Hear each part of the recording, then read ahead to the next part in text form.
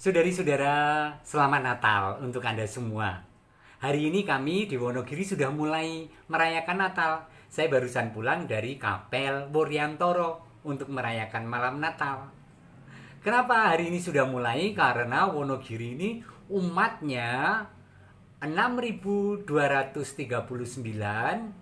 tersebar dalam 55 lingkungan, 16 wilayah, dan kapelnya ada 25. Kami dibantu oleh 3 romo lain, jadi kami berlima untuk merayakannya keliling selama 3 hari. Sukacita Natal bersama Anda semua, ya, amin. Saudari-saudara yang dikasihi oleh Tuhan, kalau Anda itu sudah menjadi Katolik 40 tahun, artinya Anda sudah merayakan Natal 40 kali kalau baptisnya bayi. Ya toh? Kalau Anda 20 tahun, 20 kali. Kalau Anda 60 tahun, sudah 60 kali kira-kira merayakan Natal. Ya mau ngono-ngono wae iki. Cilaka ya. Kalau hanya dilihat ngono-ngono wae, ya kan? Mari kita bernostalgia. Seringkali hari-hari ini kita kan pikiran kita bernostalgia tentang Natal. Biyen zamannya aku mudika, aku melukur loh. Wah, biyen seru banget. Tur bengi mesti jam 11, ora jam 5. Gitu kan ceritanya. Atau juga kita mulai membuka album foto dan kemudian melihat waktu itu kita seperti apa. Oh, ternyata waktu kecil ibu ini ya kasih bel ini ya, bel Natal itu ya Bu ya. Oh, ibu juga kasih pita warnanya hijau dan merah ya. Oh, Pak, bagus sekali. Kita mengenang. Ada banyak nostalgia. Atau jalan-jalan ke kota, ya kan? Lalu melihat kerlap-kerlip lampu. Dulu jarang ya. Sekarang apa-apa murah ya. Dulu kita nggak kuat untuk beli kerlap-kerlip lampu. Kecuali kalau datang ke kota itu pun tidak banyak. Kemudian ada toko-toko yang nyetel lagu Natal dan aneka hal. Oke. Saudari-saudara, itu kemeriahan. Saudari-saudara, itu bukan yang kita maksud dengan Natal hari ini. Karena kalau kita membayangkan itu ora ono kabeh. Sedulure dhewe sing arep kondur wae batalke, gitu. Ben rasa mulih. Pahit rasane ora iso kumpul, ya kan? Lagu-lagu juga terbatas sekali. Orang itu berpanjang lebar. Tetapi pancen poinnya bukan soal party, bukan soal pesta, bukan soal kemeriahan Natal. Bahkan mari kita lihat betapa sore ini menggembirakan ketika ada banyak ruang-ruang yang menjadi kosong dalam hidup kita hari-hari ini. Ora iso Natalan ning lingkungan. Ora iso silaturahmi kunjung mengunjung. Ora kumpul kalau sedulur liya. Gitu? Ora iso suwe-suwe ning sekitar gereja, ning pertemuan-pertemuan lain kerumunan. Ora iso blonjo werna-werna wong kabeh sarwa terbatas. Saudari-saudara yang dikasihi Tuhan, itulah suasana Bethlehem seperti digambarkan dalam Injil hari ini loh ya. Ya. Jadi waktu Kekaisaran Agustus, Octavianus Agustus namanya, ada sensus penduduk, maka orang harus pulang ke tempat asalnya. Daud. Yusuf dan Maria juga pulang dari Nazaret ke Bethlehem. Jauh itu.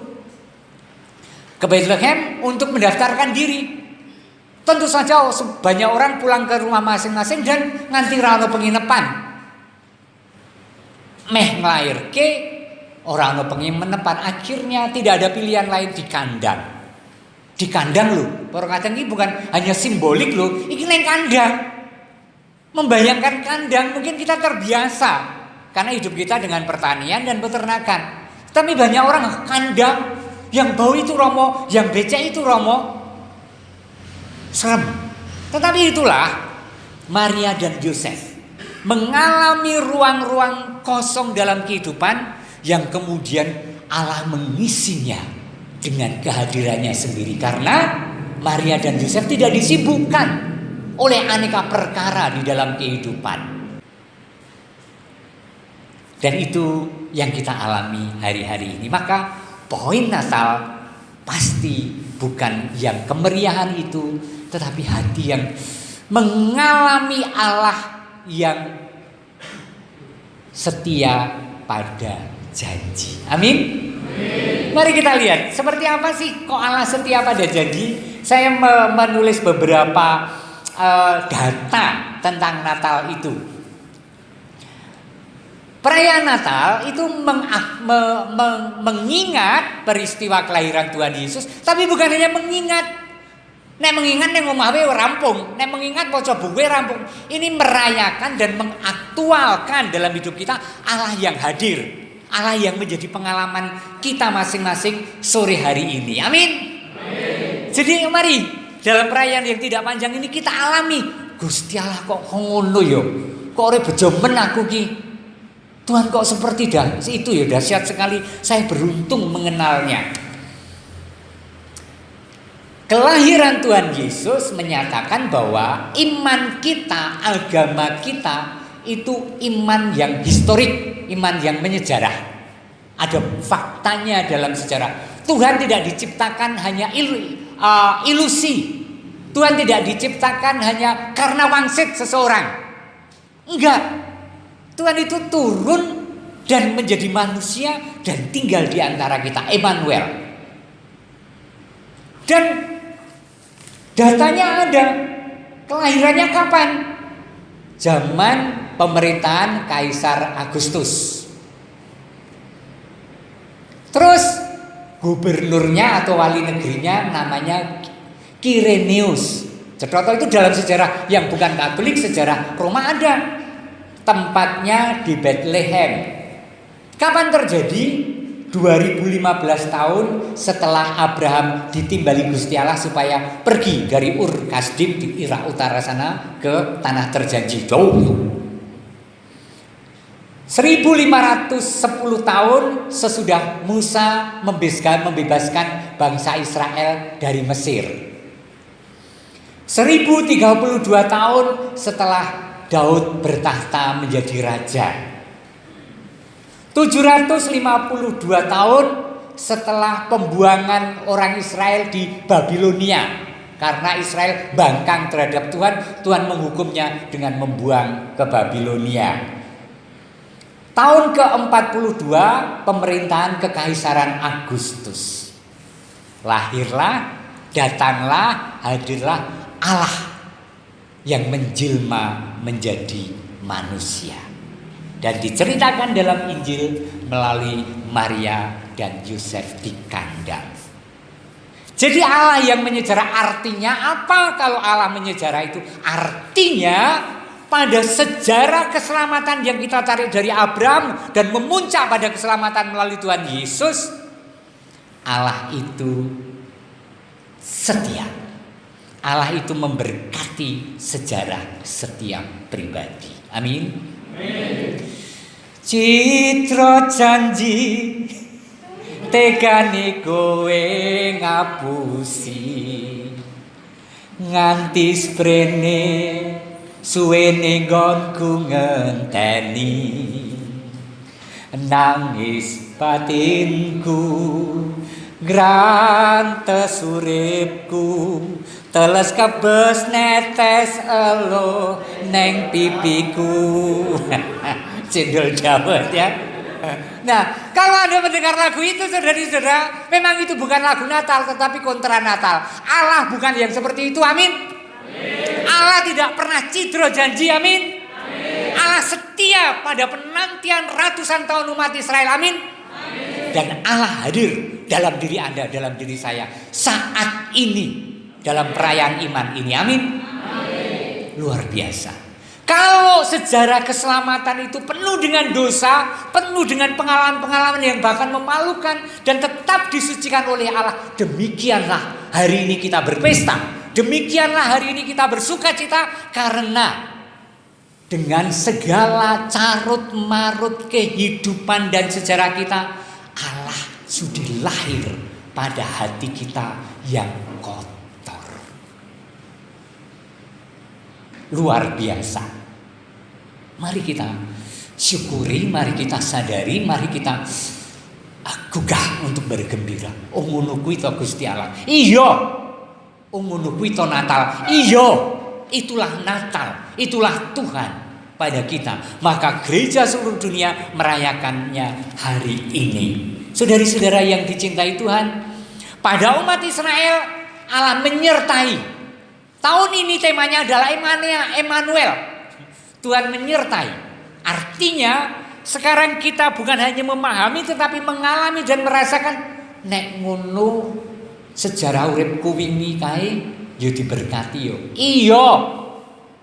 Pahit ki.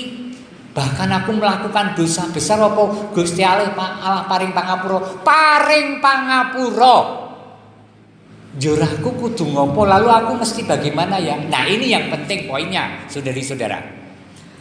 Aku lalu harus bagaimana? Satu, saya yang mengalami Allah yang selalu mengampuni, memimpin sejarah dan terus benake merenake uripku nganti ora frustrasi ning terus ngutus putra dalam piyambak untuk menebus dosa-dosa saya semestinya mewartakan kebaikan Allah ini kepada siapapun. Amin. Artinya saudari-saudara, baik, mari kita sekarang lebih berpikir, lebih pakai kerangka kacamata positif pada setiap pribadi, pada setiap peristiwa. Bahkan kalau itu pun menjengkelkan dan sulit diterima, wong kae kok mesti telat to ya, apa meneh to ya.